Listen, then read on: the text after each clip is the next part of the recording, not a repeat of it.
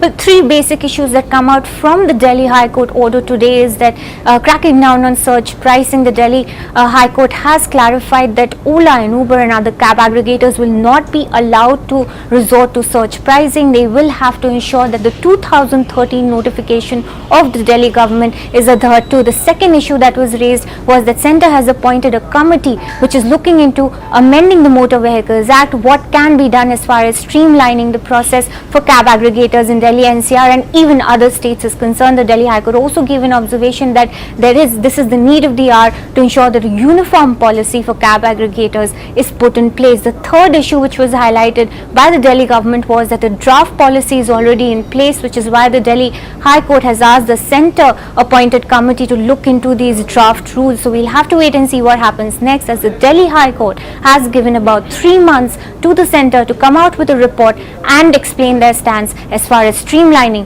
the process of reducing crimes and surge pricing by Delhi cab aggregators is concerned.